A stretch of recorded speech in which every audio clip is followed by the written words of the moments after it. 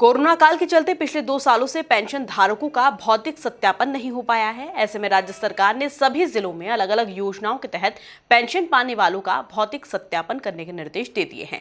वहीं इंदौर जिले में अक्टूबर माह से अब तक लगभग 5,500 से अधिक लोग पेंशन की लिस्ट से कम हो चुके हैं। प्रदेश में केंद्र सरकार की 3 और राज्य सरकार की 9 योजनाओं के अंतर्गत पेंशन दी जाती है। इन सभी की प्रत्येक 3 या फिर 6 माह में भौतिक सत्यापन कर जानकारी जुटाई जाती है, जिसमें पेंशन धारकों के जीवित होने या न होने संबंधी जानकारी हासिल की जाती है।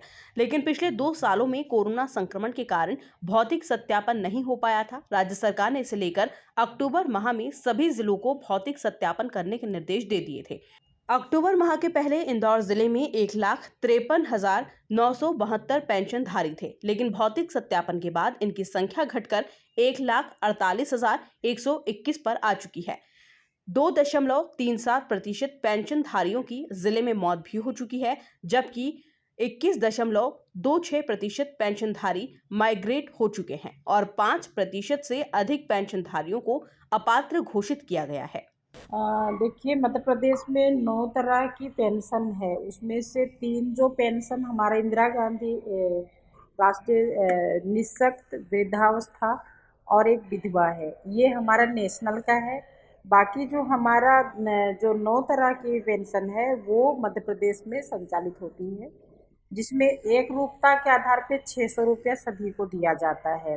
तो ये अभी 2 साल से हमारे पास में इसके पहले 6 महीने 3 महीने में हम लोग भौतिक सत्यापन करते थे, जबकि प्रपोजल के समय में ही हम लोग पूरा ये करते हर माह। फिर भी कभी कभी क्या रहता है कि किसी की डेथ हो जाती है तो उनके परिजन हमारे पास तक नहीं पहुंच पाते और नहीं बताते और उनके उसमें गलत तरीके से वो पैसे रिलीज हो जाता है।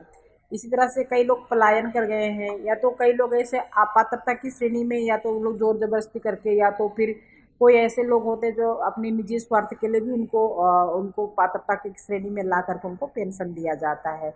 तो 2 साल से अभी ये हमारे पास में नहीं हुआ था कोविड के कारण, लेकिन अभी पिछले अक्टूबर महीने से इसका सत्यापन किया जा रहा है। और अभी अपने यहाँ अभी फरवरी महीने में हम लोग ने 1,48,121 लोगों का प्रपोजल भेजे हैं, जबकि हमारा अक्टूबर के महीने में 1,53,972 के हितग्राही थे। उनमें से जो हमारे अभी पात्रता उसमें आ रहे नहीं आ रहे, उसकी पूरी सर्वे पहले करते हैं, स्थल निरीक्षण पे जाते हैं, उसके बाद में फिर उसका सत्यापन करते हैं। सत्यापन होने के बाद में ही उसको हम लोग बता पाते हैं कि हमारे पास अभी कितने हितग्राही शेष हैं।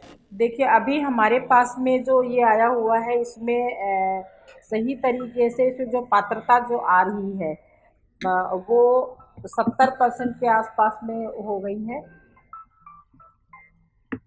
और उसके बाद में क्या बोलते हैं, अभी जो हमारा जो उसमें माइग्रेट कर गए हैं, यानी कि उन लोग पलायन कर गए हैं कहीं पे।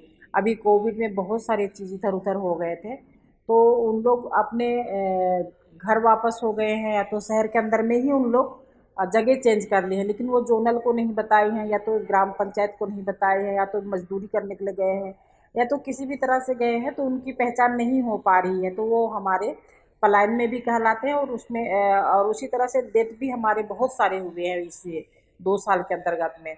तो उन लोगों को भी हम लोग चिन्हांकन करते हुए उनका पेंशन बंद कर रहे हैं और उसको विलोपित कर। इसी तरह से कई लोग रिजेक्ट भी हो रहे हैं, जो जैसे कि इंदिरा गांधी विधवा में हो, चाहे वृद्धा में हो, चाहे निःशक्त में हो, उनका जो सही तरह गरीबी रेखा में नहीं है, तो कई तो हमें शिफ्ट कर रहे हैं अपने सामाजिक सुरक्षा पेंशन में। फिर भी अगर उनकी पात्रता नहीं बन रही है तो वो हमें अपात्रता में कर किया जा रहा है।